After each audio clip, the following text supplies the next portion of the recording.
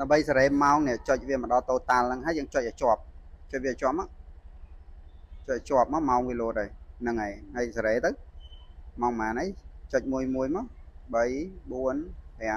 6មានតែ2 10ម៉ោងហ្នឹងបងប្អូនអាហ្នឹងយើងសេរីមក2 10ទៅវាធ្លាក់ចូលម៉ោង1វិញហ្នឹងបងប្អូនណា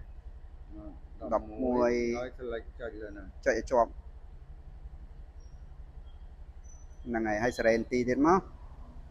5នាទីសកត់វាឲ្យជាប់ទៅវាដើរអាហ្នឹងវាសេរីម៉ោងស្គប់2បងប្អូនពេលដែលយើងសេរីត្រូវនាទីហើយយើងកាច់សោបលុតទៅម៉ោងហ្នឹងវាជាប់ហើយបងប្អូនណាពេលខ្លះម៉ោងហ្នឹងវាដើរយឺតដែរជិះយូរទៅវាដើរយឺតដែរជួនកាលអាគុយអីវាមានគ្រឿងខ្លះវាអាគុយរៀងខ្សោយជួនកាលម៉ោងហ្នឹងវាដើរយឺតទៅណាតែយើងអាចសេរីខ្លួនឯងបានមិនបាច់ទៅជាងណាគ្រប់ស្គប់2ទាំងអស់សេរីដូចគ្នាទាំងសោទាំងតេឡេបងប្អូនណាអញ្ចឹង